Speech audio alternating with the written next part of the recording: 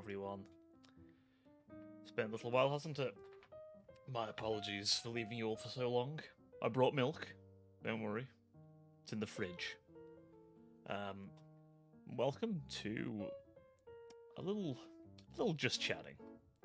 I kind of felt like I wanted to reminisce, I guess, but also talk about what we've done and what might do in the future.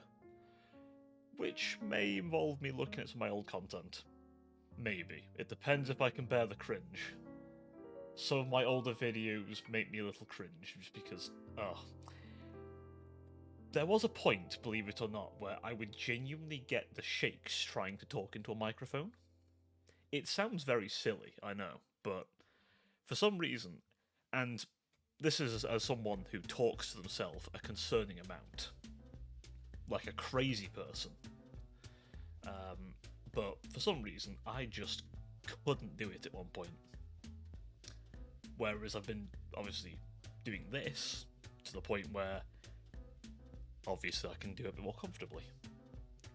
Despite the anxiety, which is always fun. But I do hope you've all had a good week, despite, well, probably having to go to work, or going back to school, or whatever you're doing currently, being in education, or wherever you are right now. I hope you had a good week so far, regardless. I myself have been enjoying a pleasant rest of my holiday, and I certainly have needed more of a holiday. As some of you may have seen on Twitter, I've been modelling and painting again. I do have a couple more I need to do. I've got another... how many left? 8? Yeah, 8 more Reavers to add to my list. Not sure what else I'll do from then on. I've been kind of just sort of figuring out what I want to do with that little collection at the moment.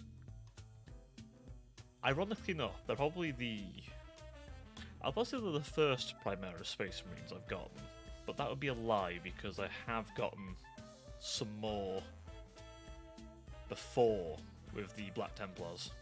So, but they're the first non-Templars, so the first generic Marines that I've customized with bits and bobs. There was a bit of a tragedy in the flagpole. Let's just say I tried to catch it when I dropped the model, and I caught it such a way that the flagpole snapped. I was not happy. I was not happy in the slightest about that. But a bit of super glue, well, plastic glue, then I liquid green stuffed the edge, and then for good measure I super glued around it as well, to make sure it wasn't going to budge again. So hopefully that'll stay upright, but the model's basically done and painted, so I'm going to leave it alone. Maybe I'll trim the glue a bit and try and tidy it up a bit more at some point, but the others shouldn't have that issue. Hopefully. I don't think, no, they haven't got anything that's that snappable, anyway. To my honest surprise, they were quite pleasant to put together. And the unit's grown on me. I must admit, when I first saw them, I was not a big fan, but they've grown on me a bit now. But other than that, what else have we been doing this week? Well, the other thing I've been doing, actually, is I've been playing some Assassin's Creed Rogue for the first time in ages. As weird as it'll sound, I was hearing about Skull and Bones, and honestly, I thought to myself, you know, why don't we just play some Assassin's Creed? And I realised I'd never played Rogue, and I really like it. I really, really like it. You play as initially he's an assassin called Shay McCovish. I think I'm saying that right. A Irish gentleman, and initially he starts off as like a young assassin learning the ropes, right? But eventually he starts to question things because, and this is set before Assassin's Creed 3, so if you're familiar with 3, you'll know who Achilles is. If you don't, well, it doesn't really matter because this is set before then. But most likely you've played Assassin's Creed 4 Black Flag, which I also recently purchased on Steam to play again because I really like Black Flag. If you like Black Flag, Rogue has a lot of that same gameplay, you get a ship. You actually get a pretty nice ship. It starts off pretty shit, of course, but the Morrigan, which I believe is a British ship of the line, I believe, which gets upgraded quite quickly with things like an icebreaker, because you're a bit further north, so there's some ice in the waters. But also you get all the usual gubbins, you know, mortars, various cannons. Of course, your icebreakers are ram as well. So, but you also get burning oil, so you get a lot of extra stuff with it. And your side guns are like rapid fire, sort of volley guns. It's honestly quite a fun ship once you've got a few upgrades to it. And I'm barely not that far in, like 20-odd% in. And it's interesting to sort of see how they tie the games together quite nicely. So I'm quite enjoying that. I'm not gonna. I mean, I probably won't spoil it in case any of you here actually want to play it. But it is an old game, so there's gonna be spoilers everywhere about it at this point. But I recommend it personally. I had a lot of fun with it. I do not recommend Skull and Bones at all. So if you want to play anything like that, Black Flag or Rogue is your best bet. I don't recommend Skull and Bones. That game, from what I can tell, is literally just Ubisoft got money from the Singapore government because it's the Singapore branch who are making it, which is a tragedy because they made Black Flag. They made that combat system.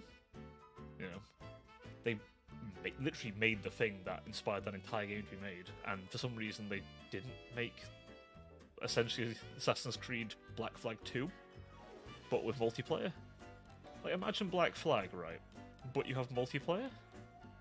So you have, like, you know, yourself piloting a ship, and then your buddies, maybe like one or two of them, maybe the three of them with you or something, all in ships, just blasting the fuck out of entire fleets.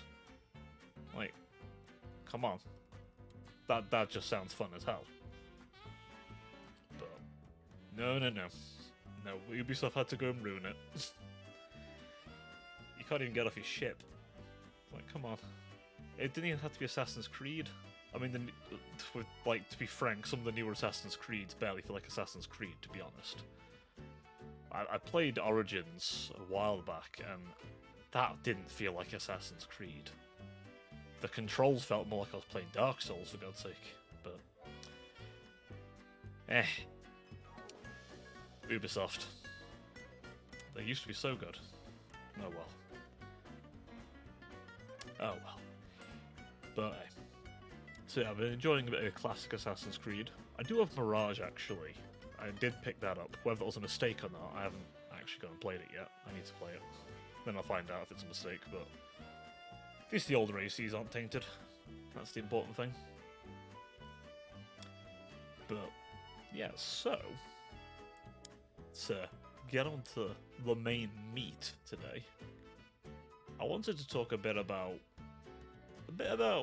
how, you know, where we've come, you know, because it's been what, I want to say, when was it? See, I want to say, obviously I started stuff in September, but actually it wasn't September that I started doing this. Well, streaming September 15th, to be exact. But sorry if I'm looking down, it's because I'm just wiping my glasses clean, so my camera can actually see my eyes. I'm terrible with that kind of thing. But yeah, so I believe it was August, and I'm gonna just jump onto YouTube and look at that. But I believe it was August when I first started.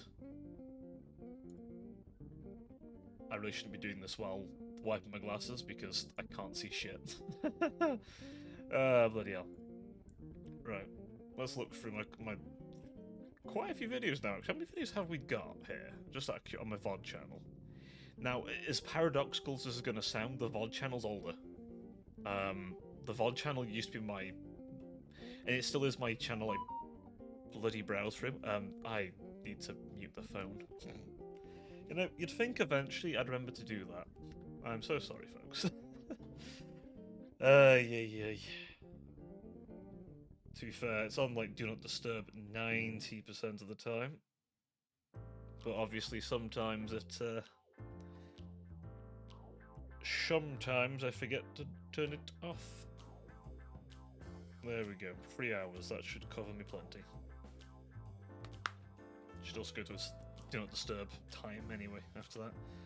But yeah, so we have 111 videos on the VOD channel currently. I guess 112 after this one, so... Oh, 10 subscribers. I didn't realize it was at 10. Christ, we're at double digits. That's actually quite amazing. Because everything is just a VOD channel now. Wasn't always, actually. Oh god. So... My first video that I ever did was 7 months ago. Why is there 12 views? Oh no, people have seen this. Oh no. No, people have seen this one. Why are people watching this one? It's bad. I'm not very proud of it. Christ. Okay. So, my very first YouTube video I ever made was actually all the way back on the 20th of August. 20th of August, 2023. So, it feels like it's a lifetime ago, but it wasn't really that long ago, really, was it, when you think about it? That's only, what, just, well, not even a year away. It's strange, really, the more I think about it. But when I look at that video, and I will say it's not a fantastic video, in my opinion.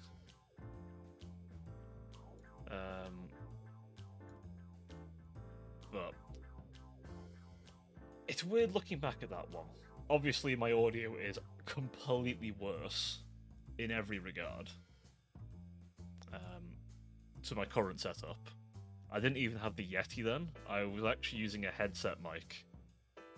Now, don't get me wrong, this little Logitech I'm wearing right now is a perfectly good headset. But let's just say it wasn't good enough for streaming or content creation. It was good enough to talk though. But when I started doing this, I guess I looked and I thought to myself, you know what? Yeah, it's probably not gonna work out for content creation. So, what I did, obviously, is I got the Yeti, and by the second video I made, which was... when was this one? The Ramblings of a GM. This one I'm a bit more proud of, because it wasn't terrible. This one did surprisingly well, and I will never fully understand why it had so many views. I don't think it was that good. But 190 people saw it at least. And that was the 28th of August. So that one I'm a bit more proud of. The first one was actually an Arknights video, because Arknights was my hyperfixation around the time. I still play it quite a bit, but I'm mostly in it. It's kind of a thing I sort of it's just kind of like a pastime kind of thing I do. But also I occasionally like get hyperfixated on bits of the lore. Also the character design in that game is really good in my opinion. I just rather like it, honestly. It's a mobile game, but you know what? By gacha game standards, it's pretty fair on the gacha system. It's just characters, you don't have to fucking roll for weapons, which is nice.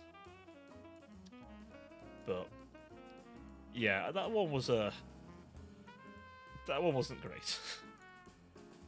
That one wasn't. But it's weird looking back at it, because I can definitely tell on those first two, I was speaking differently. Like, it might sound really strange to you, but I I guess how to describe it. I was kind of speaking like weirdly posh. Like I say, it's a strange one, but when I was looking at it back just ages ago, I was rewatching it, and I sound very different. Not just because of audio quality, but just how I was speaking. So, just shimmy this mic a bit over. But obviously, I think I've got better. I hope. If I sound absolutely sort of what's it now, I have not slept properly until last night, so I'm quite glad I actually had a good night's sleep before coming on, because Christ on the bike, I would have been in a mess, to say the very least.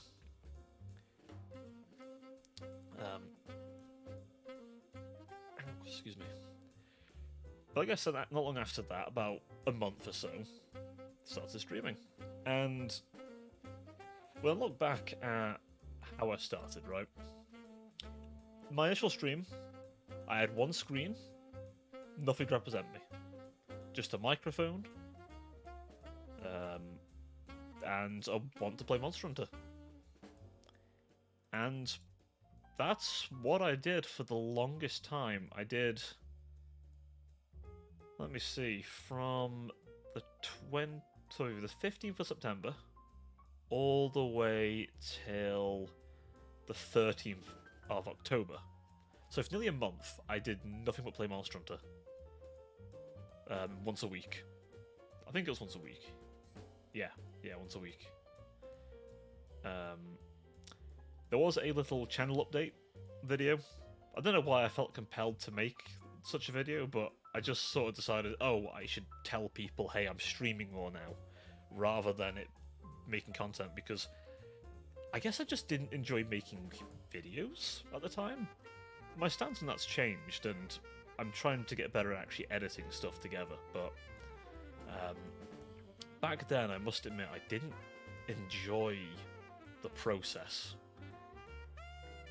Whereas now, I think I prefer it better, but also I've got more of a plan for my edited content. Because I kind of come to a decision that for my main channel, I kind of wanted every video I made that was edited to have a bit of utility.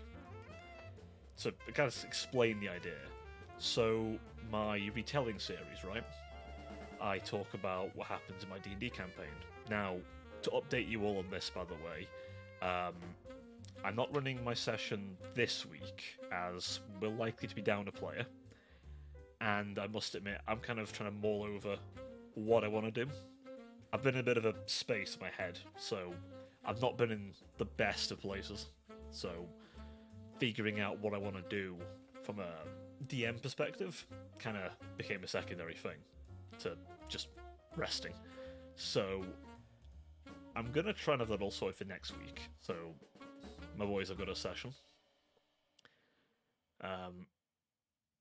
And just taking in some feedback they provided me as well to sort of look at how I'm doing them. Because, see, I guess to partly change subject slightly, I will get back to my original point, but I tend to like... I guess I try and create a almost somewhat cinematic battle, which tends to involve a lot of guys. The problem with that is a lot of guys tends to mean the party gets overwhelmed, and they'd essentially have to power play if they wanted to get around it, which shouldn't be the case, and that's my fault. So, I need to have a look at how I do my combats, but also I want to try and do a few less combats.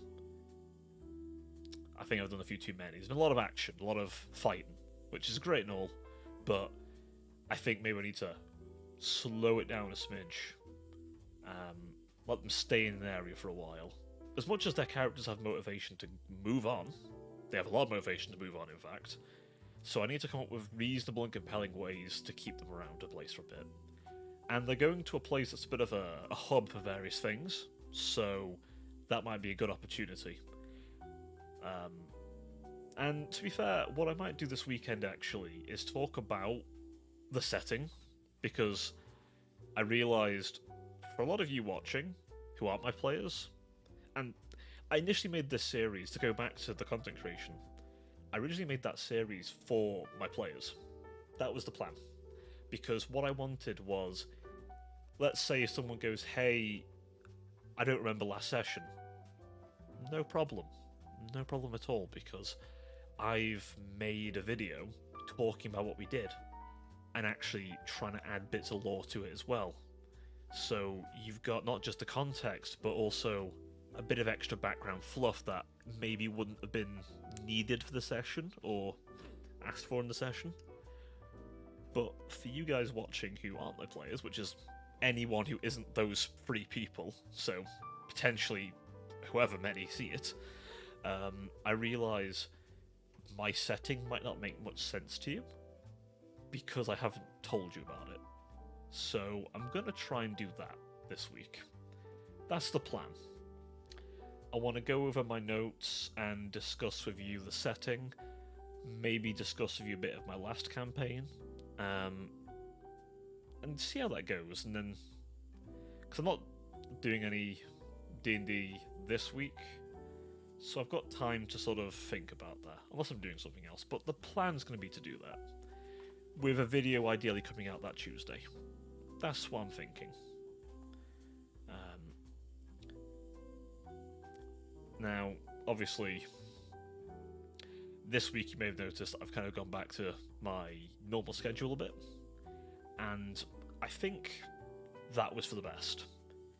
Can I currently stream more? Yes, I absolutely can currently. I'm not in work till next week, so I have way more time in my hands. In fact, I've had so much time in my hands that I think it's affected my sleeping. So, I have a lot of time and not a lot of energy put into things. But the issue is, I think, I wasn't letting myself rest. So, I think in future, and this is just one of those things, right?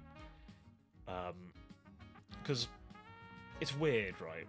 It's a hobby, but I want to put effort into it.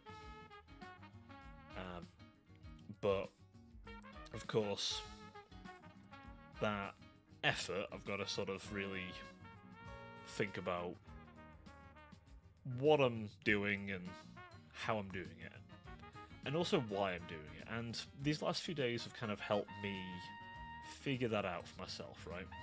Figure out why I'm doing it. Because why I started doing it is, you know, mostly because I felt very lonely quite a lot, right? I've have quite a lot of bouts of feeling extremely lonely because, unfortunately, with my living situation, I spend a lot of my time on my own, right? I spend a lot of my time sort of in solitude because I live with a family, but that family quite often does does work a night a lot, so in night, so obviously it does become a bit of a problem when I guess I'm sort of on my own, and obviously people who I do have people I speak to, obviously my friends I speak to, but obviously I keep saying obviously, stop doing that. But of course they do have their own things they're doing, and that's fine, right?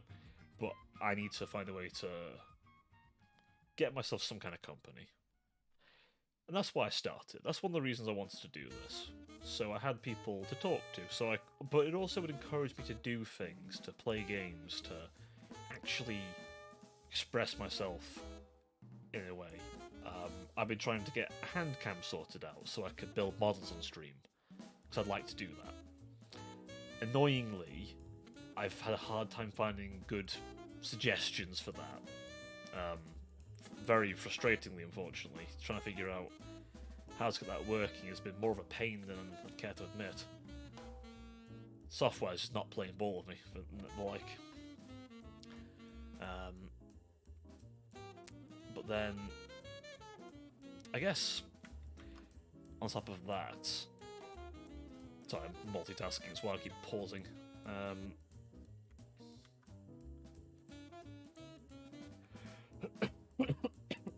Excuse me.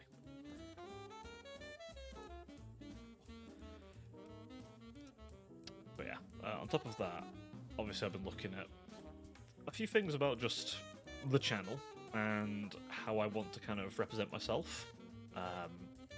Because I guess I've had my thoughts about whether the vibe I'm currently going with fits me, right? It's weird.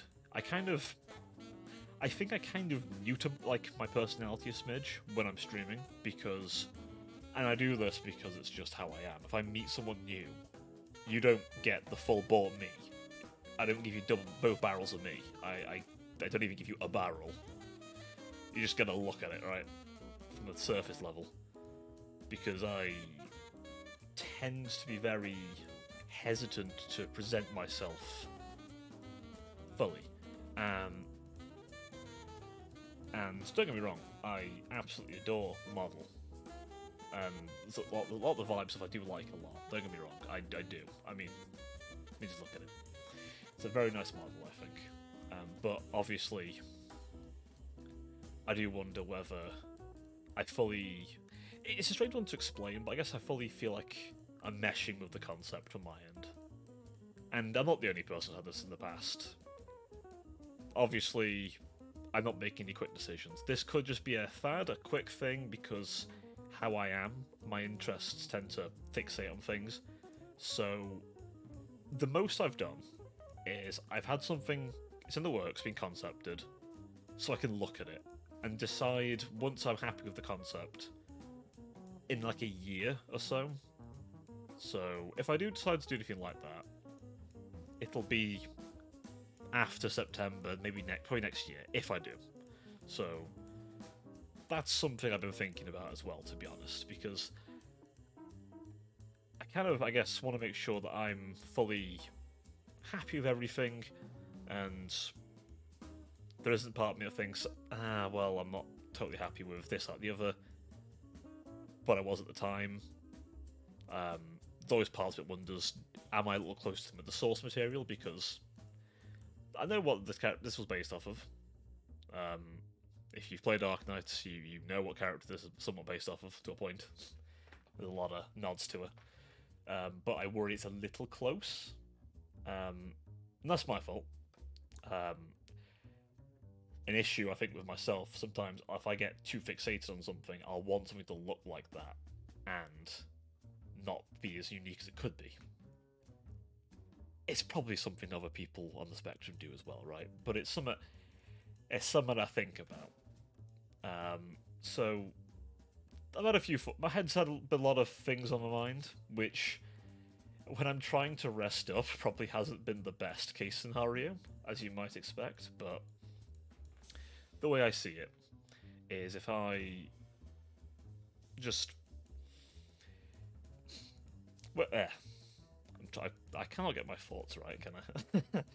But the way I see it is if I can get myself back into the flow, because I've been out of it a bit, and this stream is part of that.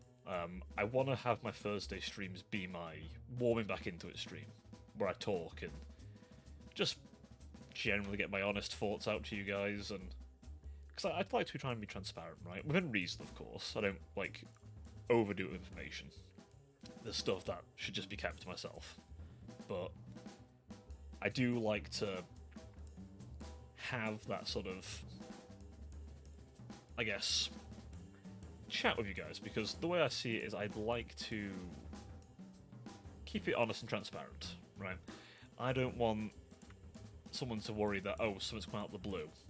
Like, if I suddenly feel a certain way about something I'm doing, or I don't want this to be out of the blue. I want that to be, you know, a sort of a... How to put it? I guess sort of... I can't formulate my words, I'm sorry. I guess what I'm trying to say is I want to make sure that, basically, there's no sort of questions of, oh, where did that come from? I guess is what I'm trying to say.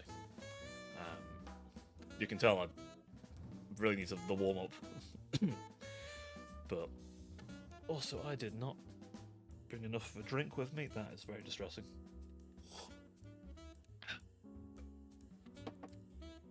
But yeah, I might have to get a drink at some point.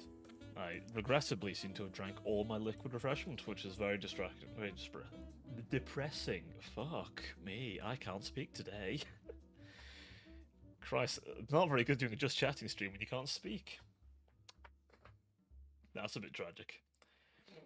But yeah, obviously I'm a mess apparently. Obviously, today, as I say, I want to just sort of figure things out in a way, and I guess kind of talk with you about things I've planned to do for the channel as well, both here and on YouTube. Of course, subject to change. So, but I ideally want to be able to do these things. So, for next week and for onwards, I'm going to actually, I think I'm going to go back and play some Halo 3 ODST. That is what I want to do for next week, and I think I want to play that through to completion, which, depending on how it goes, shouldn't take too long, right? So I'm thinking Saturday, Sunday, I'll be doing that. Thursday, I think I want those to be just chatting. I want to try and formulate a bit of an idea of what I'm going to be chatting about, but that's a lot of what I want to do. Tuesdays, obviously, when I want the video releases to be. I'm going to try and keep it at a video a week. I think that's doable. I think that's a realistic goal I can do. Might not manage it some weeks, but I think I can do that. As for Saturday, Sunday, those will be mainly like I'm playing games. Friday, at the moment, me and JD Moss are obviously doing our Let's Play of Dawn of War. We may do Total War, potentially, especially with the new DLC coming out. So for those who don't know, Total War Warhammer has announced a new DLC coming soon for Thrones of Decay, and that is looking like a pretty big DLC. 3 characters, 15 new units, 3 new Lord level characters, 3 new heroes, 3 new legendary heroes, bunch of Regiments of Renown, bunch of new mechanics. And it feels like they've done a pretty good job this time. Last time was a bit rough, but there were some bits that are alright. The Changeling and that kind of thing. That was pretty good, I think. But obviously, this time round, they've actually decided to, mostly because Sega's had their foot up their ass, so to speak, because of losses, they've really put the work in this time, and you can tell, right? You can tell they've really tried. They've really gone out of their way to make a DLC that people really want. And I think I can't really see any misses, right? Some of you might be into Total War, some of you might have no idea what I'm talking about. Yes, he does. I'll say, buddy, welcome to the stream. But yeah, Tamakan, who I'm so glad they went with Tamakan, because he is like, he's a very cool character for Nurgle. Technically, the guy himself's a worm that just body snatches people, but what he does in the narrative is such a big deal. Thrones of Chaos, which is the book he came from, is such like it's a really good book, and I wish Games Workshop had done the other 3 they'd planned for the other Dark Gods, because if this was the quality they were bringing with this one book for Nurgle, Christ, I hope the notes for the other ones are still knocking around, right? But yeah, Tamakan, one of his big mechanics is the chieftains. So what he'll do, And what he did in the narrative is he brought together a variety of different Chaos Warlords. In this case, a Famir is one of them. And basically, he had this vast Nurgle horde. But it was different flavours of Chaos mixed in too. So he had Chaos Dwarves because he went on to war with the Chaos Dwarves for a bit.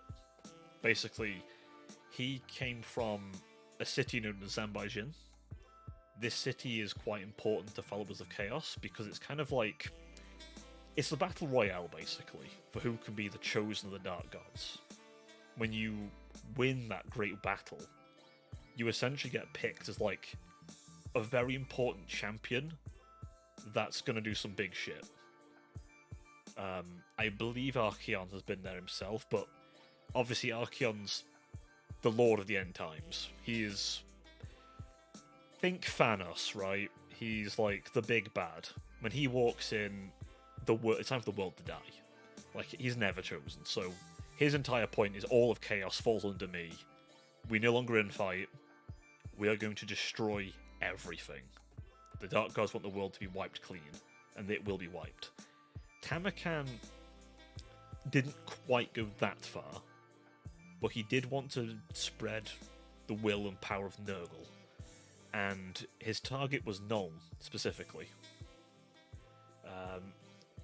Yes, Thrones of Decay is based off of Thrones of Chaos. There's also I forget now, there's a crown, I believe, which is going to be a new campaign mechanic.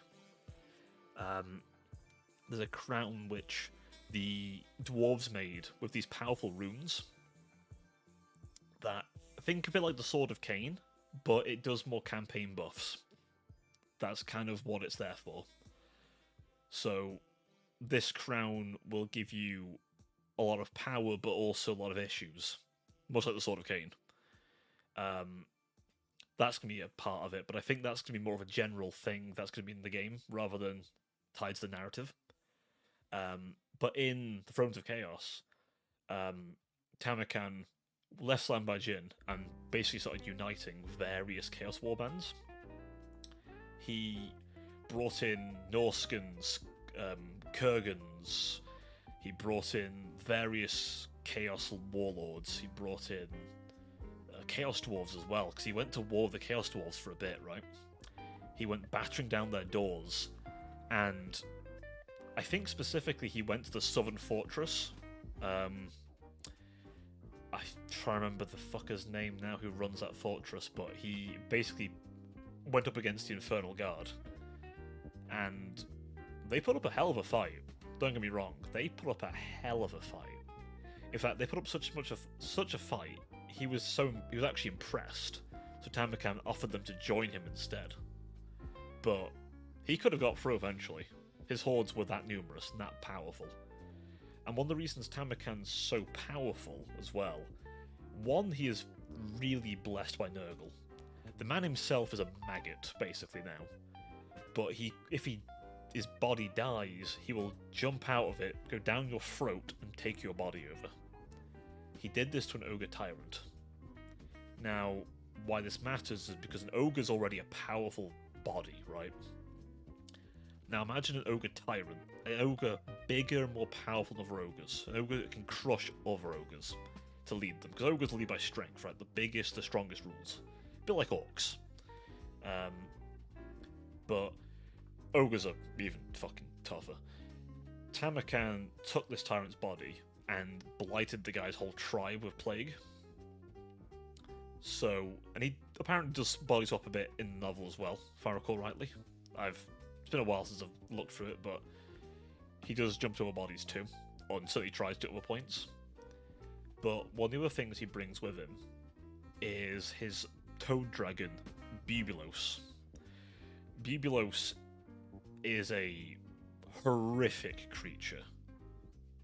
An absolutely horrific sight. Like, a toad dragon's this just massive creature. In fact, toad dragons are ancient. They were around before Chaos invaded. And apparently, when Nurgle, the god Nurgle himself, the plague god, saw toad dragons, he thought they were perfect. He thought they were absolutely beautiful, perfect creatures. He did not do anything to them. As weird as it'll sound, he did nothing to it. He saw a perfect creature that represented himself in many ways. This horrific, massive, bloated creature that spat out a breath of vile acid and toxins, with crooked, cracked horns, teeth, tusks. They can't fly, of course, but they're titanic. They're absolutely huge, and their maws like split open like a snake. So they just, and obviously they can shoot out like a toad, hence the name Toad Dragon. Like frogs, sort of thing, so they can just launch that at you and just eat you. But they can open their mouth wide enough to eat an entire regiment easily. So Tamakan brings those, along with his own, called Bubulos. He's also bringing the Rot Knights, which are a really terrifying unit. Now, just to help those who don't know understand, when you get a blessing from a Chaos God, there's normally a downside, right? So, Nurgle's downside is his blessings make you slow. They make you slow and cumbersome, but you're not going down easily. That's fine until you add a mount that actually goes pretty quick. The Rot Knights don't use horses. They use monstrous plague dog-like things. Why that matters is all the blessings of Nurgle still apply. Regeneration, extreme toughness, the inability to feel pain, and all the plagues and poisons that are on their weapons and armour. Well, now you've got a massive beast that can wade into combat and wade out of combat. That's bigger and more powerful than a horse. It itself is a massive bioweapon. And this thing can move pretty quickly. You add that with Nurgle, and you've just eliminated the one disadvantage Nurgle had. Plus, there's a legendary hero who's like the captain of the Rot Knights, basically. He's this... I forget his name now off the top of my head, but he's this warped and mutated creature himself. But Tamakan's brought him in, and he has his own tribe and people he brought with him. I believe some of the other characters you can bring is a Beastman Bray Shaman with 3 horns, which means you get some Beastman units. Those in themselves are quite quick. I believe a Gorgon is also on the cards, which, just to stress, a Gorgon's nothing to sniff at. It's a massive 4-armed, horrific creature that can just wade into melee. So, you had that with the... I believe the Thamir brings some more Thamir, which Thamir are pretty cool. They're these big, like, beaked things with quite thick, like, turtle shells and armor on them, with these massive maces the size of a human body. To say you're not surviving that hit is an understatement. You're not surviving that hit. He also brings a Chaos Frost Wyvern, I believe, as well. So you get a flying unit. Now, Nurgle does have some, like, rot flies and stuff, but again, a unit that has Frostbite, which slows things down. And if you can slow down the enemy, you can catch up with them, you little fucks. And Nurgle's slow, so slowing down your enemy is great. I believe there's a legendary hero, Skinwolf. Just to explain Skinwolves a little bit, they're not werewolves. Werewolves are in Warhammer, but they're their own thing. A Skinwolf's kind of like a far more grisly thing. It's similar to a werewolf, but basically it's like an internal corruption that boils and boils over until eventually... I guess, imagine if the wolf guys, like the wolf furry's persona ripped out of his skin. Like, you rip the skin open and the fursuit's underneath. That's basically what a skin wolf is. They have, like, their own skin over the top. Eventually, a lot of them turn back, but some of them just never turn back. But they are a regenerating, anti-large, powerful monstrous infantry. which is really effective, as you might imagine, right? This guy brings those, which is great. Brings armored variant, which is great. But he brings a mammoth. A Norscan war mammoth is an absolute beast of a thing. If you're thinking Lord of the Rings and those massive elephants, the Mumakil, they're called Mumakil. I don't know the edgy name much, but these massive elephants, you're on the right track. Give them a tusk that's like more like a mouth with like serrated like teeth inside of it, and I think they might eat meat. I'll be honest. I think because of the chaos mutations, they might actually try and eat meat. It's not surprising, honestly. I don't think there's any vegetation up in Norsca, genuinely. And obviously each of these chieftains do apply buffs to the whole army and the whole faction. So you have this absolutely magnificent hodgepodge horde that includes... Oh, I forgot to mention the Chaos Dwarf, sorry. There's a Chaos Dwarf. What does that mean? That means blunderbuss, so heavily armoured troops with blunderbusses. Considering Chaos has a very big issue of ranged, that's a big deal. Fireglaves, which... So, in Warhammer, the dwarves have like a Slayer cult. So if they ever dishonor themselves, they basically dye their hair ginger, shave the heads to the sides, and go looking for death. With the Chaos Dwarves, that's not quite the same. The Chaos Dwarves tend to have a different way of dealing with that kind of thing. So they put molten armor on your body and a red-hot faceplate on your face. Yes, that's how they deal with people who have dishonored them. They clad them in heavy armor and send them south to redeem themselves or die trying. You can redeem yourself, actually. You just have a permanent mark on your face forever where the molten helmet was on your face. A reminder of what you've done, but also it's a weird thing, right? Because it's a reminder of what you did, but also a mark of, hey, I actually got better.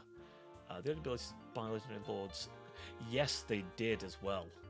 I'll get to that, but yes, they did add the ability to actually go, I don't want all three, which is really good. So, if you look on Steam, you can't pre-order, but basically, there's going to be like a bundle that they'll all be sold in, right? I think you can pre-order a bundle, basically, is why they're doing it that way. But let's say you only want Tamakan. Great. You only have to buy Tamakan, and you get all the things I mentioned. And to finish off what the Chaos Dwarf brings, because the Fireglaves are basically a halberd with a gun inside. So heavily armoured troop with, magical gun with glaive. Really good. On top of that, you get a... is it Dreadquake Mortar? I think it's called Dreadquake Mortar. They're a horrifically powerful piece of artillery powered by demons. It's as glorious as it sounds. An ogre is basically forced to load the thing. Not by choice. The Chaos Dwarves do like a bit of enslavement. Or labourers, as they call them. But yeah. And you can get all that separately, which is really good. And you think, oh, that's quite a nice little selection. What else do they bring in? Well, speaking of dwarves, what if I told you not all Slayers play the same game? And what I mean by that is sometimes some Slayers retain bits of their old position. So normally when you become a Slayer, you wander out with a big axe and you fight anything that moves until it kills you. Well, this guy, I can't remember his name off the top of my head now, which is annoying me. He is a Slayer engineer. He runs around with a shotgun and a wrench. He throws bombs at people, and he builds flying ships. You heard me, flying ships. Filled with dwarves having a drink, whilst they shoot the shit out of you from above, with cannons, gunpowder, and bombs. So he has the Spirit of Grimney, which is this massive airship, and his army moves like a horde. He has an entire Slayer horde. He's also bringing, like, Slayer lords and heroes. a very Slayer-focused army with a unit of shotguns as well. So, oh, and the axe hewer. I think it's the goblin hewer. It's called. Basically, imagine a contraption that yeets axes at people constantly. Just continuously throws axes, rapid fire. But it's manned by a bunch of crazy berserkers who will fight to the death. So if you charge it with cavalry, that's great. You've just charged elite anti-armor, or elite anti-large. That will mincemeat your cavalry. Assuming the axes don't hit them first. I believe there's also some shenanigans you can do as well, but they've not mentioned his campaign mechanics much. But he's likely going to be... Well, he's a horde, from what I remember. And he's likely going to have a bunch of strange and unique inventions that make him quite dangerous. Unlike the Chaos Dwarves, they aren't powering by demons. But they're all absolutely crazy and suicidal. And anything that's large is not going to last 5 minutes, because Slayers are very good at killing big things. They're kind of their go-to. Then you have the Empire. And... Oh, hey, thanks for the raid, Onyx. Glad you could join us. Welcome, Raiders. I'm Baron Zarkrabral, a Mafia Wolf Vtuber, and I was having a nice little chat with my dear, well, everyone in chat there, just going over, well, a bit of past stuff, future stuff, and currently rambling about the latest Total War expansion, which I'm quite looking forward to, so do make yourselves comfortable. Drinks on the house. And yeah, where was I before I said hello to all of you? Love you a lot. Yes. So, the last faction they added was the Empire in... Yeah, the Dwarf's pretty good, isn't he? I don't know, it's... Yeah, it's a weird one, right? But, I don't know, I think it'd be fun. But again, the good thing is, with how they've done it, if you think, hey, I like the dwarf, that's fine. You don't have to have the dwarf, which is pretty nice. You can just go, actually, I don't want the dwarf. And that's totally fair. I quite like him because he's quite a different take on the dwarves. But, hey, it's one of those, isn't it? If you think, I just want Tamakan, then, well, buddy, you only have to take Tamakan, which is quite nice. But yeah, I just like the dwarf for the insanity of it, plus being able to bring in those big flying gunships is just... It's just, the image in the trailer is just... oof. I may even show you guys the trailer, it's quite a nice little trailer. But the last faction they added was Esbith von Draken, who is a death wizard. Oh yeah, fair enough. Fair enough.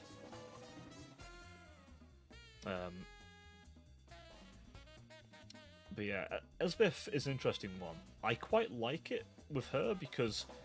So you've got an Empire Mage using death magic, which you're going to be doing a lot of killing with her. She's got a Carmine Dragon, which is quite unique. I don't know much about Carmine Dragons in the setting, but they are tied to the Law of Death. So, very magically infused dragon tied to the Wind of Death, so... Very edgy magic, so at the very least. But what we also get with her is we get, and as I understand it, she can enchant units with amethyst magic to make them more killy. But also, because she resides over the city of Nuln, Nuln's kind of like, I think, a big kind of engineering place, right? Like steam tanks are maintained there. I say produced, but in currents, technically in the setting, they can't make them anymore. They kind of lost the technology, but or the means to do it anyway, somehow. It's a common thing in Warhammer. But Nuln is where a lot of them are maintained. I believe there's a volley gun variant of the tank coming, which I'm quite looking forward to personally, because the volley gun is a cool artillery piece. Give it some armor, and mobility, and hey. On top of this, the Nuln iron sights, so you can have a rapid-fire gunnery unit, shorter range, but I mean the Empire is better at range anyway. So if you can blow them to bits before they can get close, which, considering the Nurgle hordes consist of like plague ogres, the Rot Knights, which move dead quickly, blight drones, flying in the air, and obviously toad dragons and that kind of shit turning up, you're going to want a lot of firepower. If I recall rightly, the long rifles are also in it, so slower firing Jezile-like units. So you'll be able to actually compete with a Skaven, actually, with the firepower. Obviously, Skaven stuff's more powerful overall, but it's also more unstable.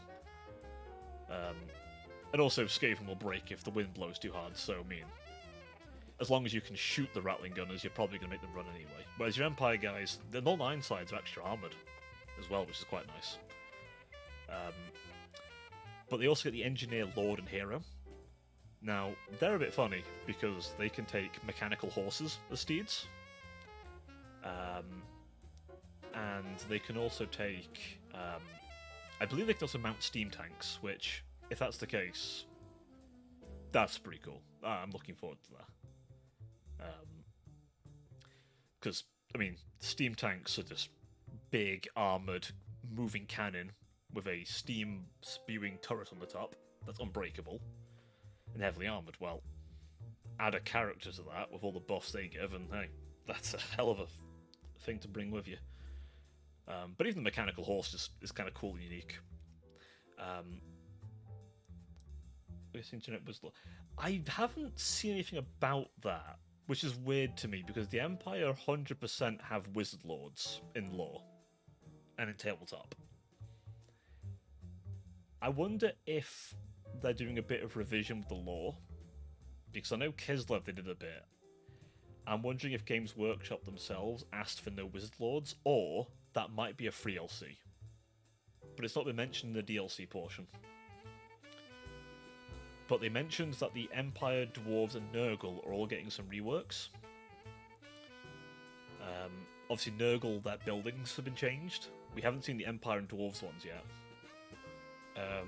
Regarding Nuln specifically, they're getting like you know how with the Skaven they have like the weapon upgrades where you can add bits to them. It sounds like they're doing that for Nuln, so your Empire gun line is going to be really terrifying.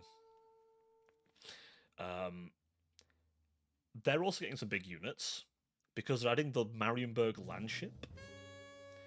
The Marienburg Landship is a knockoff steam tank. It's basically... how to describe it? Well, I'll give you a very literal description for you, actually. Take a literal ship, like a warship from the sea, stick two big wheels on the sides, and a set of wheels underneath. Give it a front-mounted cannon, and a bunch of ports for gunners to shoot out of. And that's the ship, with crow's nest and all. It's as ridiculous as it sounds.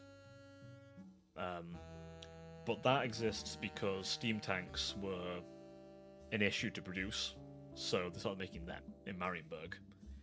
Which is weird, because Marienburg isn't actually in the Empire, but details. It's a fun little unit. And I kind of like it, honestly. It's a nice little thing you can just ram through the center of a formation, or keep back and fire its big cannon. I guess it's like that more mobile firing position, a bit like the war wagons. But yeah, that's the DLC coming, and I know I'm very keen to play that. Speaking of free stuff, though, we're actually getting a FLC in a lord known as Epidemius. Epidemius is another Nurgle character. He's Nurgle's tallyman. He's a not very jolly chap whose entire thing is to count how many plagues, how many death from the plague, and that kind of thing. He's very morbid in that regard. He's got a small little palanquin, a throne, with Nurglings underneath, dragging him along. Like a mini Kugaf, basically. That's itching my nose, making the model jitty. But they've not mentioned his mechanics yet. But with him, that gives Nurgle 3 lords, because Tamarkan's going to be a Nurgle character, but he focuses more on the mortal side of Nurgle. They have shown off the new plague system, and that looks much better. So, hopefully Nurgle should be more fun. It also means you get more starts of Nurgle, because, let's be honest, Kugaf's starting position is just fucking terrible. It's really bad, because the issue you've got is you've got undead right outside your door. Sorry, my nose is really itchy as well, I keep scratching it. Ugh. And obviously, when your faction's entire thing is plagues and disease, and fear to a degree because they're all demons, or mostly demons, undead is a terrible thing to fight against. They don't care about disease, they don't care about fear, and they've got enough magic at their disposal that your physical resistance means diddly dick, and they can grind you down as much as you can then. The difference is they can heal more. Like, you've got a lot of regeneration as Nurgle, don't get me wrong, and with things like Fleshy Abundance, you've got some magic to heal. But, I mean, maybe with the Nurgle heroes, because there's the Sorcerer hero now, which means people like Koleg can obviously benefit from that now. Of course, that might not help Kugaf, I don't know, but another source of Fleshy Abundance, which is a great healing spell, is always nice. Tamarkan, thankfully, doesn't have that issue. He starts in the Chaos Wastes. It's a shame we won't get anything... It sounds like they're going back to the standard DLC format, but maybe it's for the best. Honestly, maybe it's better they do it that way, because, simply put, it was taking them way too long, right? But they may mention more free stuff. I'm hoping for Wizard Lords for the Empire, because that'd be nice, especially with Gelt's campaign. But I could kind of see if they didn't want to do it that way. I could see a Lord justification, a bit like the Witches in Kislev. Because commanding an army is a whole separate thing to being a battle mage. Obviously, battle mages and Warhammer can do some crazy shit. We're talking, like, wiping entire regiments off the board kind of shit, potentially. Like, really powerful. Or keeping an army in the field by healing them. So, they can do some good shit, but commanding an army as well is a whole other thing. I could see a justification for them to go, actually, we're not going to have that happen. Because Gelt's special because he's the Supreme Patriarch, he's like the head of the college. He's in the position of importance in the Empire. And Espith is herself kind of an oddity with how powerful she is, but also her political position. Nuln being such an important place that someone like her would be put in a position like that. Like, think of Nuln like the center of Empire gunnery schools and also engineering, so all their works of firearms and artillery all go there. So, it's an important place. But I'd like to play a bit of that on stream. And obviously JD Moss is in chat, so I know we talked about it a bit last time we streamed together, but definitely wouldn't mind streaming that at some point.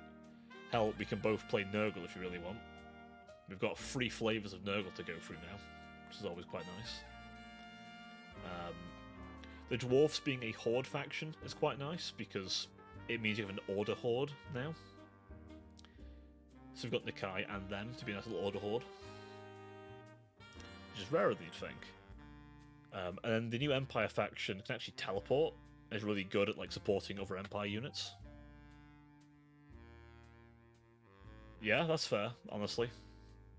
It's honestly fair enough, because, I mean, it looks really good, and hey, if the future DLCs are that quality but slightly smaller scale, like 2 factions rather than 3, I'm fine with that. If that's the future they're going with.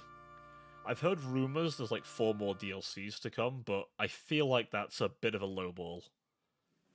Like, I think they've got a few more in them. Let's be honest. But we'll see. I think they want to try and squeeze out as much as they can from Total Warhammer, because, let's be honest, it started really terribly. So they need to, like, fix her up and make as much money as they can from the game, because they made a mess at launch. They made an absolute mess of the launch. So, and obviously, the first DLC, Shadows of Change, was not a good start at all. So, Thrones of Decay is a much better look showing, and I'm hoping this is the quality we can get and expect from here on. I hope it does well. Genuinely, I do. Because they've really worked on this one a lot. This DLC is literally take all the things people have been saying they wanted and do it.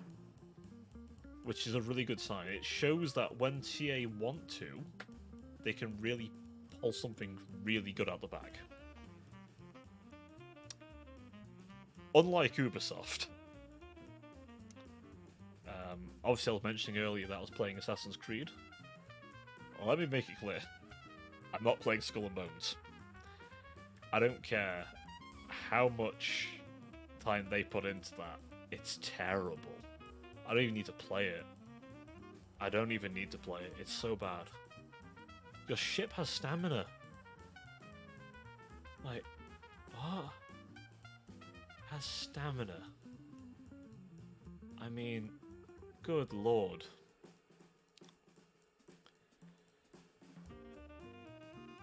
Quadruple A, fuck me. I did see CD Projekt Red actually turn around and say we'll make a, like, Penta AAA or whatever. As a joke, but like, quadruple A. I swear, every A just like... Is the A meant to be for arsehole or something? Or like for... absolute waste of my time? I don't know. And every A's to remind me?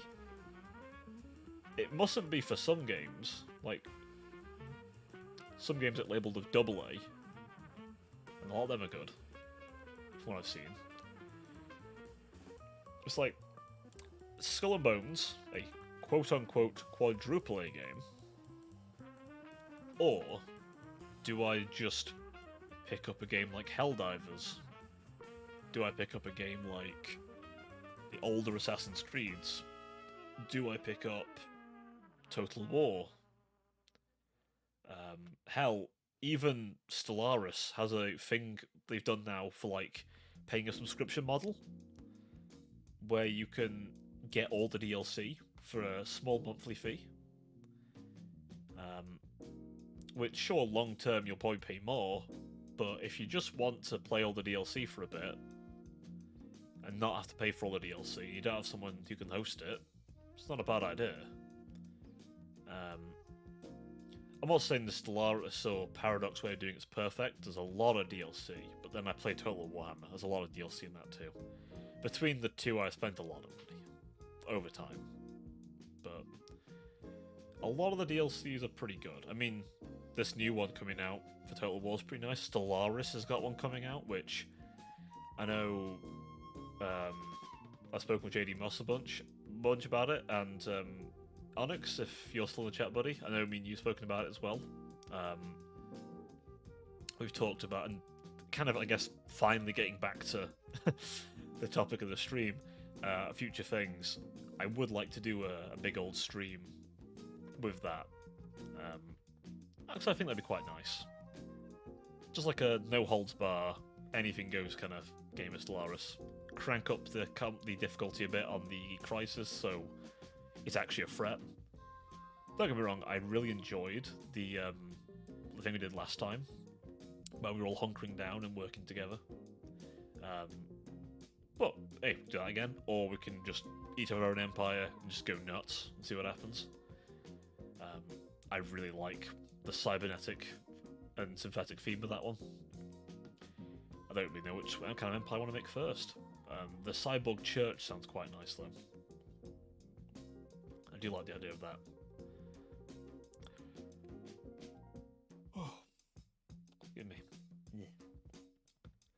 yeah, there's some of the more immediate things I want to do for the channel. I definitely want to do some of those. I think going forward as well, I want to try and experiment a little bit here and there. So, I know earlier I said that I kind of want it to be Thursday's my chill day, Friday, for a long while, is going to be like mine and JD Moss's collab day. Obviously, if that can't happen some days, because maybe we just haven't got time or something comes up, then I might make that a bit of an experiment day if there's a change to schedule there. But going forward, depending on what happens, maybe I make that experiment day anyway down the road. Who knows? That one, I think for the foreseeable future, I know what's going on with Fridays, which is good, have a consistent sort of thing. Obviously, we've got Chaos Rising to go through more. That won't take many streams, honestly. We might even finish it next stream.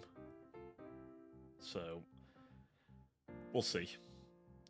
But Saturday, Sunday, I want that to be, for the most part, days where I play like the same game both days. So, I'm thinking I want to go and play Halo 3 ODST. Because I was speaking with an old friend of mine who gave me the idea. And I quite liked the idea, actually. I genuinely did. I quite liked the idea of going back and playing that, because I've not finished it. I started playing it a while back, I never finished it. Obviously on something like heroic difficulty. Because I'm a nutter like that. Not quite legendary. Legendary, I don't quite want my nuts twisted, so heroic feels like a nice middle ground. But maybe you have to drop it to normal, I don't know. I might do some multiplayer of Halo Infinite as well, because apparently that's gotten good now. Apparently. I need to go look at that. But they've made the sort of battle pass kind of things permanent, from what I understand, like Helldivers. Speaking of Helldivers, by the way, obviously I've got a collab coming up with Vime's Vtuber later on this week, so I do hope looking forward to that. Something else I think with the game as well is, I think I'm not going to do it all the time, Helldivers. I think that'll be just if I want to break things up, I'll do a bit of Helldivers. That's what I'm thinking, right? Because I do like the game. I do. I like it, but I definitely like it in bursts, I think. Like, maybe some Thursdays I might not have a lot to say, so maybe I'll do part of the stream as a chatting, and maybe I'll switch it to Helldivers or something like that, but I'll let you guys know beforehand. Today I'm not going to do that, but if I do decide I want to mix up my Thursdays a bit, obviously you'll know. Like, maybe I just want to play a game Thursday, if I don't have much to say. But, again, it's entirely up to me what I'm thinking at the time, what I feel like doing. But, again, you'll know beforehand.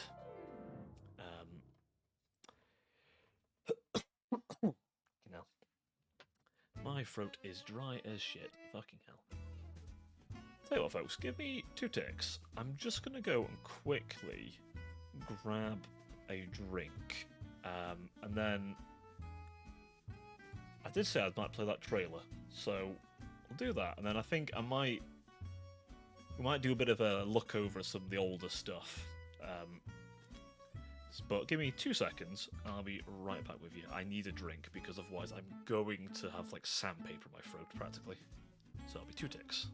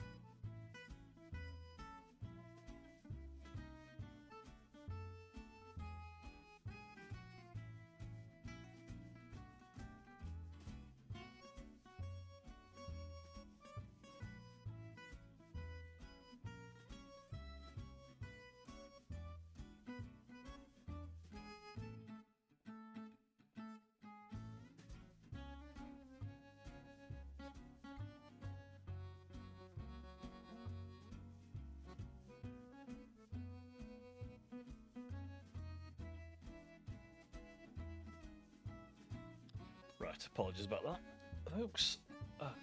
Now I have a drink in hand. Let me quickly open up studio mode and let me just quickly open up the trailer. Thrones of Decay 1 of 3.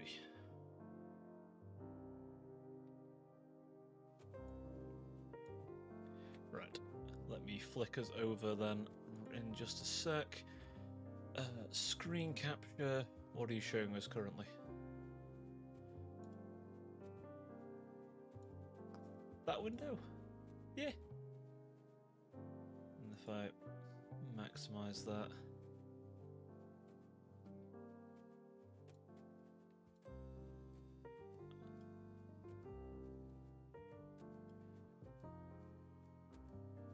That's not the right layer.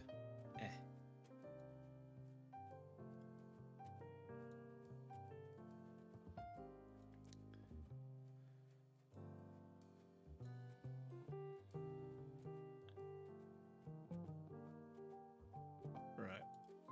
I think I've got it. He says.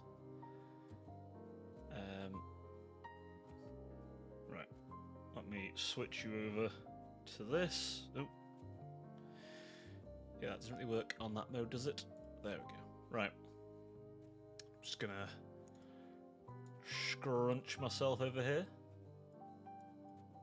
There you go. Let me just check real quick, actually. That's... There we go. You probably want to see the actual thing. Sorry, it was dead zoomed in because I wanted it to be readable when I was doing the review on old Maddie Mercer stuff. So, let's turn off the jazz real quick, and I'll probably pause the trailer every so often. But let me show you the trailer. Because obviously... Now this obviously is the upcoming Total War trailer, and it shows a bit of the stuff off, but I'd show it off, just to show like the kind of ships, how good it all looks. I mean, first of all, obviously it's on 30 frames apparently, so some of the screenshots might look a bit dodgy, but literally took the modelled the character exactly off it. So that's Esbeth on her Carmine Dragon, with the absolute horde of filth coming up to none. I mean, absolute fun. Oh, I forgot as well, the absolute unit of a chap who's the legendary hero of the Empire. Is it Theodore Bruckner? I think his name is. He's an absolute unit of a man. And an absolute unit of a demigriff. He's like a griffin, but small. There's a toad dragon, by the way. And the man himself, Tamakan, riding it. Well, the body of an ogre tyrant he's inhabiting currently, like a parasite. And there's our boy, the dwarves, who are also there because that dwarf teaches engineering. He's engineering teachers, I swear. They get a bit hard. And apparently the model does have the dwarves drinking in there.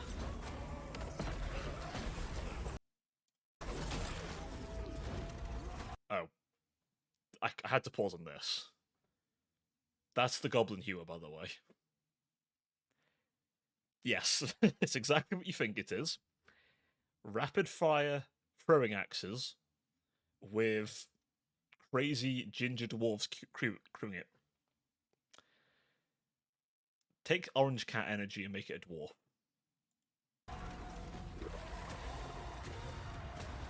And there's one that, well, he's not the Rot Knight specifically, but he's the legendary hero. And speaking of lunacy, the land ships. I mean, look at that thing. When someone said, "Can you design me a land ship?" fuckers went, "Okay," and just went very literal, apparently.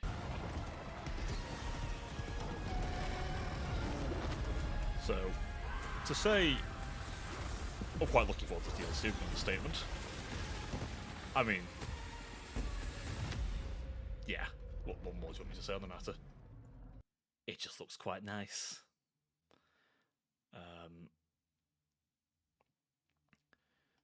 Flipping on over to here then. Oh, this video. Oh. Am I gonna do this to myself? It's a good thing I'm drinking. I've discovered a new poison. Ironically, some Italian liqueur called Deserano. It's quite a nice little drink. And I will need it tonight, apparently.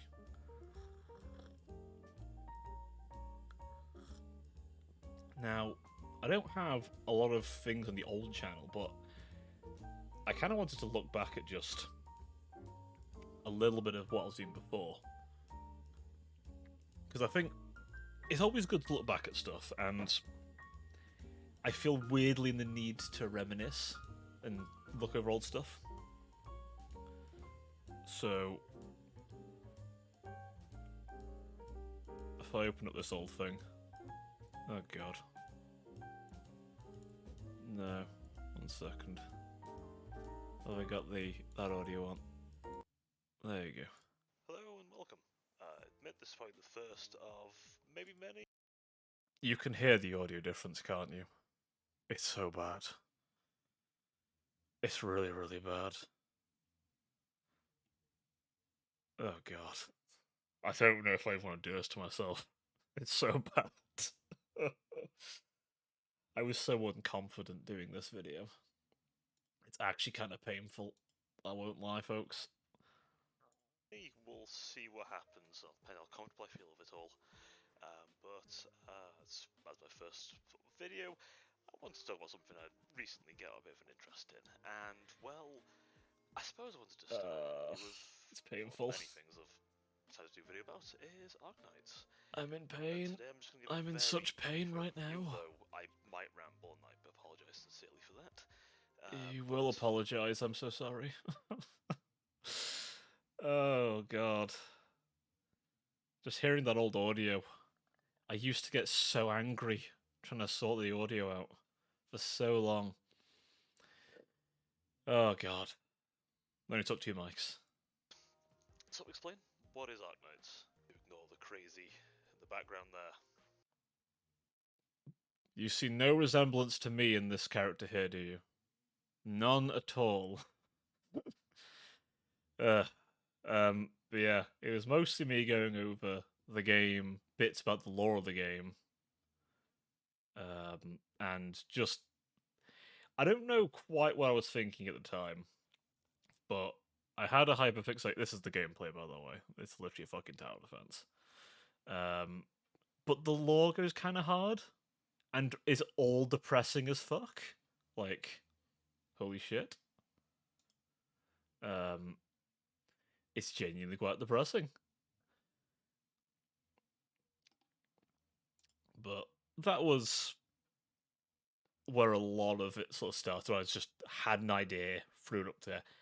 This one I'm a bit more proud of. So I won't play this one, but this one was me going over basically all of, well, a bunch of like my own experiences with DMing and kind of my own kind of, I guess my own sort of thoughts and feelings on the matter. And kind of, I guess, really considering what I would sort of do with it, how I sort of felt about it, and also just various bits about being a DM, honestly. And things I've dealt with my own experiences, and a bit of again, a ramble. It literally was a ramble. Let me turn the music back on. But, as I say, it was it was an okay little video, honestly. It wasn't that bad. It was a nice enough little piece. And, you know, it did its job in a way. That's how I feel about it. It did its job. So, I can't grumble at it, really. Truth be told, I can't grumble at it. in many respects. It let me kind of talk about something I knew in confidence, and it let me kind of figure out what I wanted to do and talk about, which was kind of nice. There we go. Just fixing my thing so I don't have it set to the wrong setup next time. I admit I couldn't watch the whole video. I couldn't watch it. It was so bad. Fucking hell. It was painful. It was absolutely painful to watch. But, yeah. I guess I look at that, and I look at what I'm doing now, and it's a nice reminder to myself that I've clearly grown a bit. I've clearly gotten somewhere with this, right? Because, simply put, I think I'm a bit more confident. I think the technical side's much better. And I went from that to a PNG, which I still have, of course. And it's a very nice PNG. Well, set of PNGs. Using Fujitech for the longest time, which is a nice little app. And you know what? I've come to use it again and again recently, because it's just a nice application, right? I know my friend JD Moss, he uses it a bunch, which, you know, is good to represent himself. And I think it's a nice, inexpensive way of, like, having something for the viewer to look at, which I think is always nice. But obviously then I found a nice little model of a little bean. And said little bean, as some of the long-time followers will know, he's sort of been my venerable little buddy for the longest time. Ow. And of course I still got him. In fact, 1 second. Some of you might not have seen the bean. 2 ticks.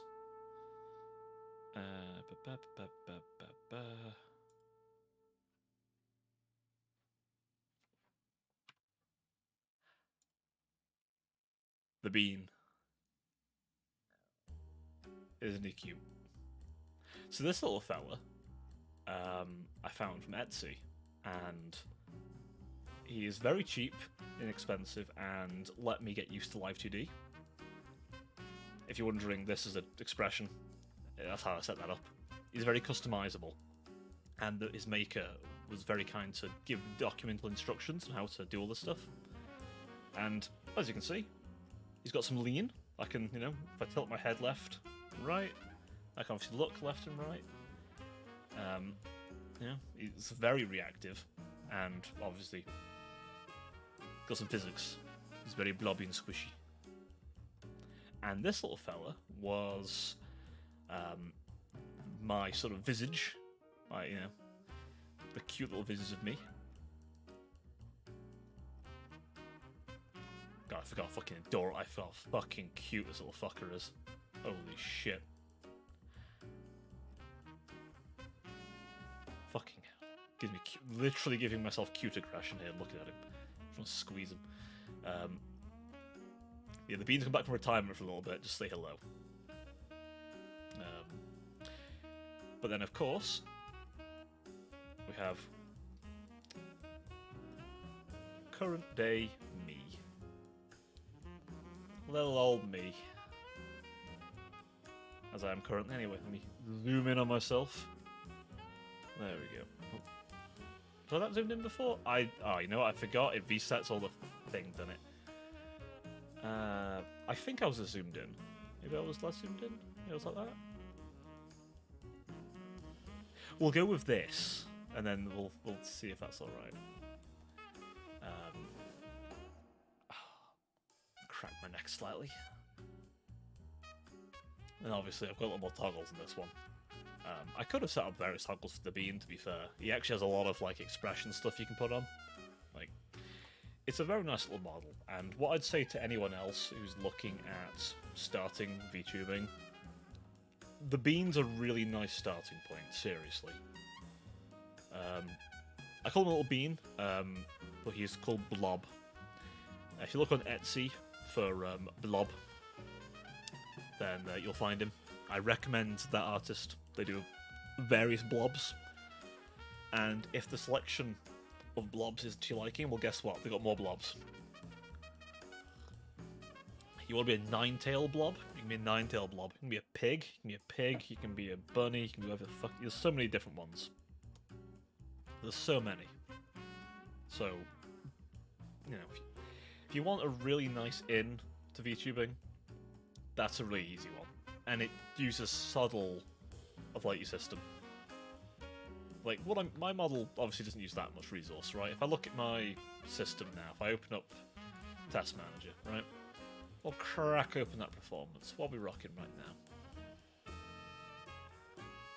Why did that say 72? I always have to remember all the fucking numbers jump up to like 1 billion when you open Task Manager, and then it realizes, oh wait, no, I'm fine. But like, I'm using what?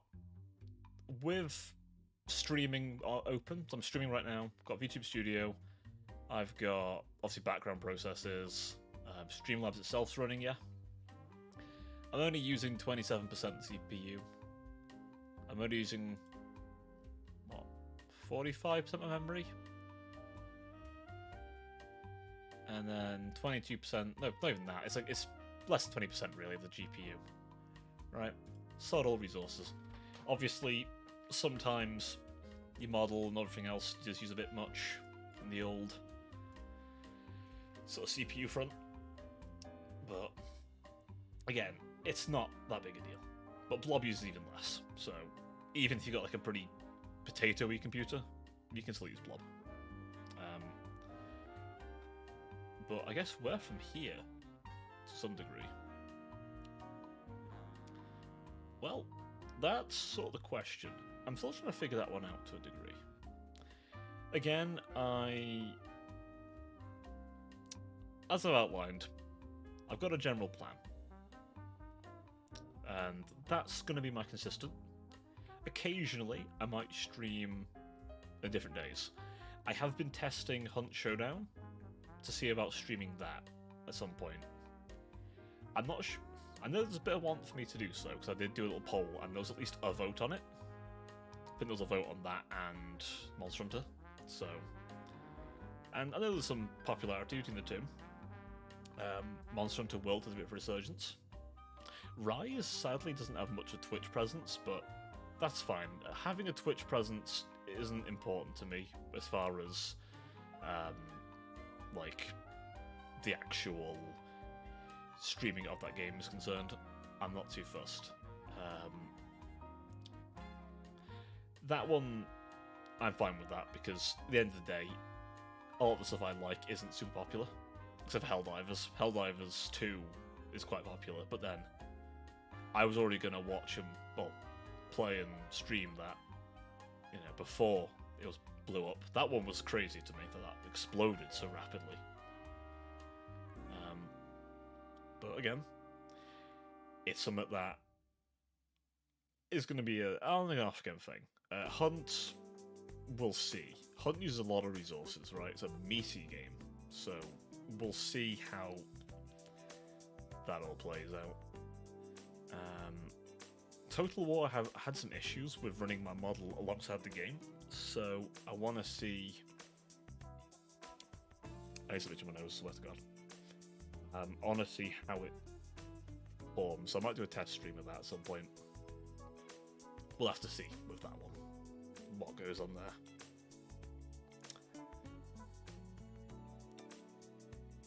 But other than that, I suppose a weird thing is, like, obviously everyone says you should find a niche, right, or a gimmick. I must admit I've been hesitant, because niches are great and all, but I am already a niche. Just doing what I'm doing now. VTubing's a niche. VTubing, like how I'm doing, is a very particular niche. Because not everyone's super keen on get behind the familiar model. And yeah, I'm not bitching about it. I hope it doesn't sound like I am, because I'm quite aware of the mountain I've put myself before. I will climb it for as long as it needs to be climbed. That's the way I see it. I will climb it for as long as I have to climb it.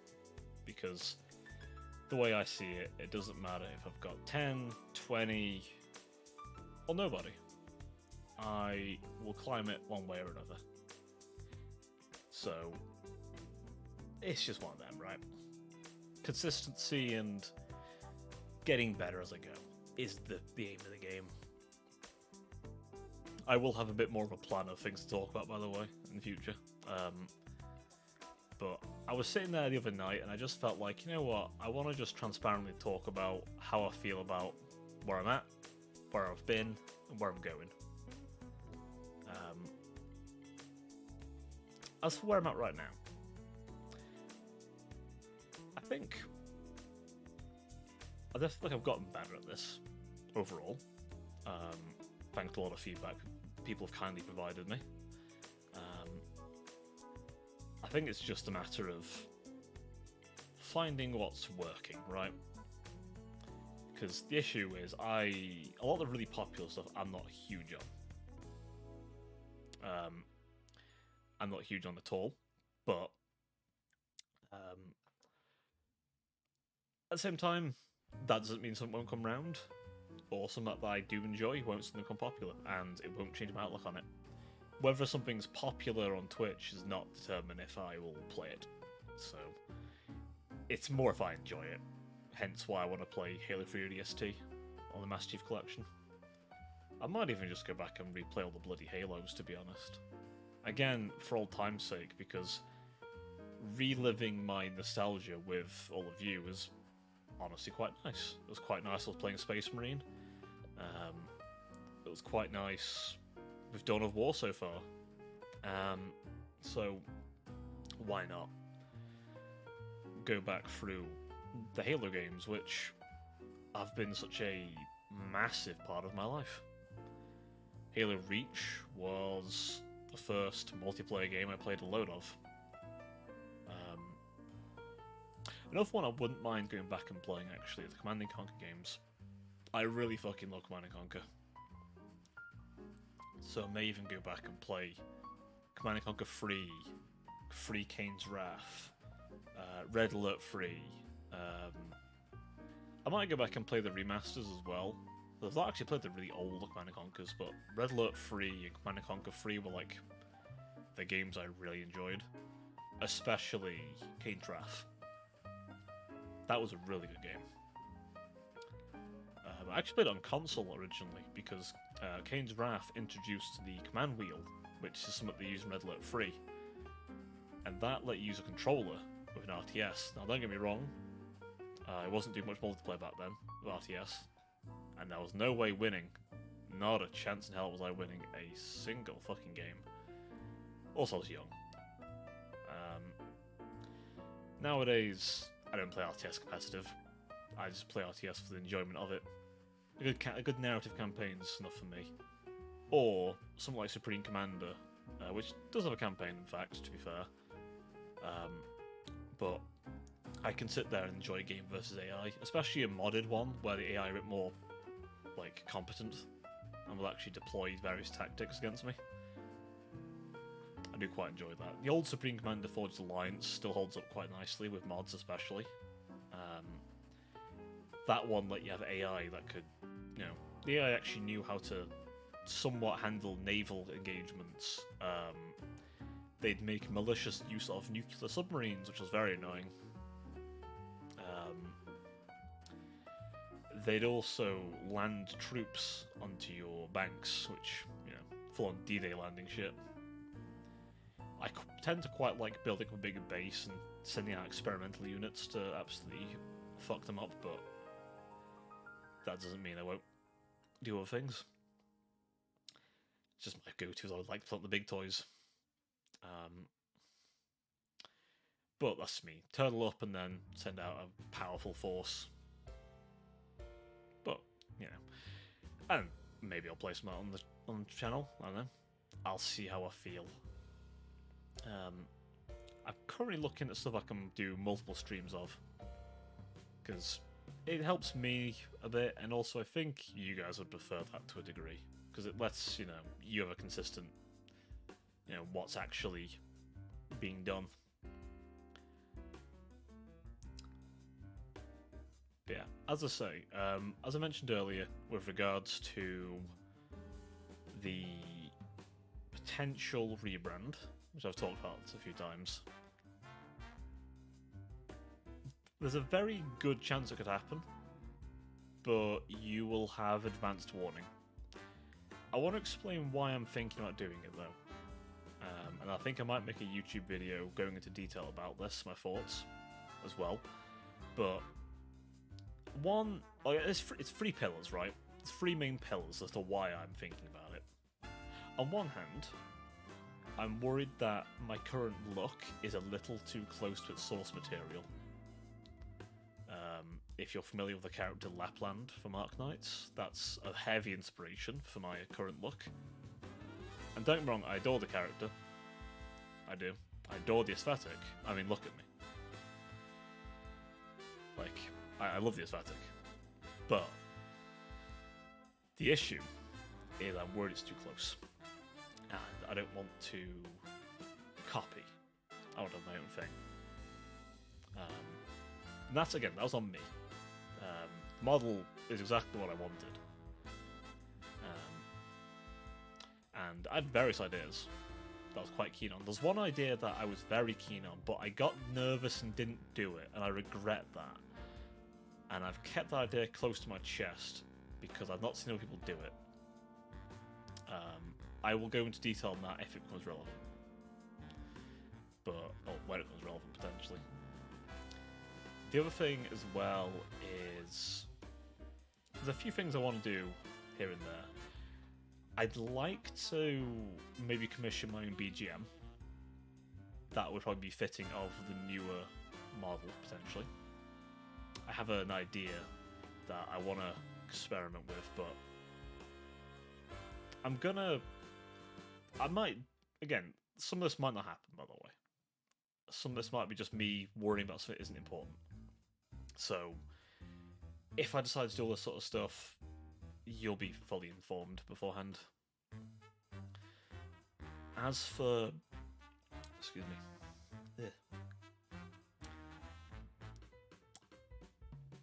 As obviously other things like the channel name, that may change. That's the other one, actually, the channel name. The channel name, Baron's Arco Brow. A lot of people can't even say it because it's such a tongue twister of a name. I imagine reading it. A lot of people struggle to read it. Now, obviously, the minute you hear Baronzar, maybe that's easier, but even when I'm trying to spell it out, I often notice it's quite difficult for someone to read it out, and I think to myself, oh, that's not a good sign. Because to me, yes, if you search my name, I am the main thing that comes up, which is great. Don't get me wrong, I like that. But it's no use if, no one can type the name because it's spelt weirdly, and say it because it's like, again, spelt weirdly. So there might be a name change coming up in distant future. That's what I'm thinking. That's one thing that's probably going to happen, I'll be honest. The last pillar is I'm also not 100% sure on the concept. And what I mean by that is whether I fully fit the concept and whether it fully is me entirely. That might just be current me thinking about it, and it might be fine in a few months. I guess, in a way, I don't know if I'm entirely comfortable in my own virtual skin, so to speak. But again, all this isn't guaranteed, so pinch of salt me for now. But just keep all that in mind for the future. But that's stuff that I will announce in good time if I decide to do it. But if I do decide to do it, I will go quite all out. Because I want it to be the best quality. If I decide to do that sort of stuff. A BGM, definitely, so I can play it on streams. That's my BGM. That won't be copyright claimed, and so help me God if some arsehole tries to copyright claim it. I will fight the fuck out of them.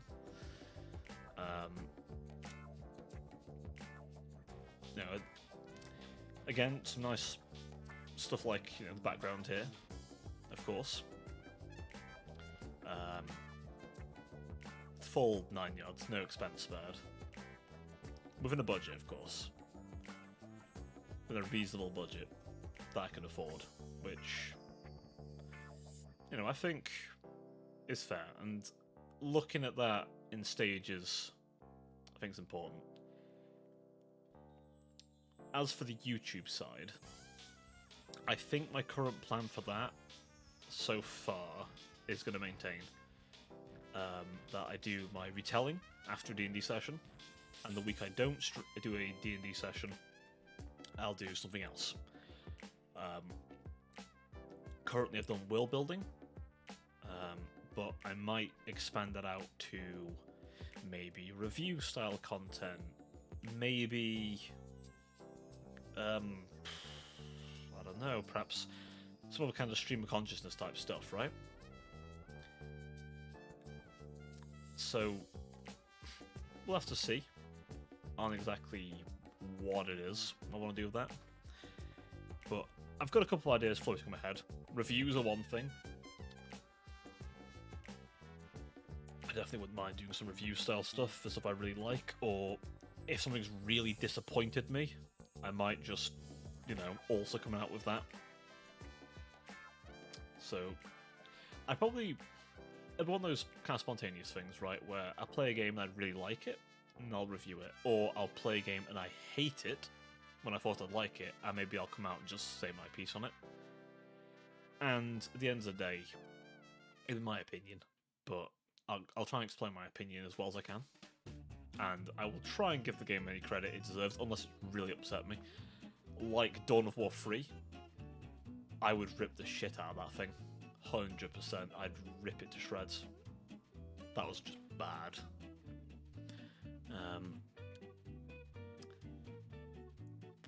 But yeah, that's currently some ideas I've had. I'm also wondering whether I should look at multi-streaming again. I was doing it for a time, and I am currently got a subscription to Streamlabs, so I can multi-stream with it. So I might look at maybe streaming to maybe X as well as here. Maybe streaming to YouTube as well. I don't know. It's obviously I've got to make sure it doesn't ruin the experience. I want it to still be good, But maybe I stream to X. Maybe I stream because I've saw Tyrant VT did it. I don't know if you guys know Tyrant, but I've spoken to him a bunch. He's a nice enough bloke, fellow Brit like myself. He does multi-streaming to a few different platforms. He streamed his debut to X and YouTube as well. So that might be an angle I go with. Short form wise, might start making clips from my YouTube videos as a way to advertise them better. That's definitely an angle I'm thinking about. Other than that, I might make some more custom short form stuff, banging about, I don't know, maybe a piece of 40k lore or something from a game I like, or just rambling. some kind of short form, hit at the moment, record it, edit it, smack it in. Something like that, perhaps. So, I've got a few ideas floating around, and I just wanted to get them out there. And by all means, if you're hearing this and you think, "Oh, do that. That sounds good," throw it at me. Or if you think, "Hey, I'm not sure that'd be very good for you," or I don't know if you'd be able to do it very well. Any feedback's good, right? Even criticism. At the end of the day, criticism is useful to me. Within reason, don't be an arsehole about it, but, like, you know. And every so often I might do, like, one of these kind of, like, going over where I'm at sort of streams, potentially. I'm not sure if I'll do it all the time, but it's been nice to kind of get it out of my system, get it out into the air, and really just lay down what I'm thinking, what I'm doing, and just, you know, making sure you're aware and making sure you're, you know, in the loop. Because at the end of the day, a lot of these changes and improvements are to hopefully make things better for you too, not just me. Obviously, I try and maximise my own comfort and my own kind of happiness, these kind of things, because the way I see it, if I'm not happy in myself, then how can I make good content out of it? But I obviously want to make sure that it's good for you guys watching, because at the end of the day, it is also for you guys. And the more of you that I'm encountering and meeting, the more I'm trying to improve that for you. Because I'd like to make something of this, somehow, some way. It may never happen, but I won't know till I try. Even if it always stays as a hobby. I still like to get better at the hobby, right? Like painting miniatures, I was okay, but I've improved over time, right? As you always do. I've gotten more patient with it, I've gotten more understanding at it.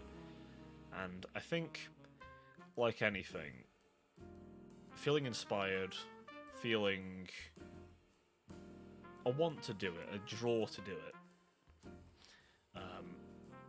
is important. Like the last couple of days, right? I really wanted to just stream, but I didn't. And the reason I didn't was simple. I knew I was burned out. I knew I was a mess. So I didn't want to put something out half-baked, because that wouldn't be right on you guys. That wouldn't be proper. So I decided I wanted to really sit down and go, rest up, relax, don't do anything daft, and, you know, when you're feeling right and proper again, get back to it. And I think this has been a nice stream to warm things up. I'm probably looking to stretch it out much longer than this because, to be honest, oh, my nose is absolutely itching off like a bastard. I'm so sorry. I've been scratching the fuck out of it all stream. It's making my model go all weird. But yeah, I'm probably going to stretch it out much more than this because, to be totally honest, I think that, you know, I think I've gotten across what I wanted to say, and I hope you've enjoyed this. I know it's been a bit of an odd sort of one, and a bit outside the norm. But I still hope that it's been informative or enjoyable or relaxing of some kind, at least. And tomorrow, obviously, is Friday, so me and JD Moss are playing more Dawn of War. So I do hope you'll join us for that. And, of course, Saturday, me and Vimes are playing some Helldivers. So, again, I do hope you join us for that as well. And Sunday will be Monster Hunter. But next week, I'm going to make sure that Saturday and Sunday are the same game. That's my plan. Obviously, collabs and all that, we'll see. I'm not got anything planned for next week, but obviously collabs will change things up a little bit. But again, ideally, I'll have the schedule out for Monday, so you'll be aware of that. Yeah, that all being said, I'd like to thank all of you for watching, and obviously a big thank you to Onyx for the raid, my friend. Very kind of you. One of the few times where I see our streams lined up nicer. You normally stream till quite late, but obviously you didn't decide to do it today because you had like a 9-hour stream, which is ludicrous. I'm glad you didn't do that to yourself again today. And of course, the rest of you, a big thank you for being here. It means a lot to me, and I hope I'll see you all again tomorrow. Till then, ta-ta for now.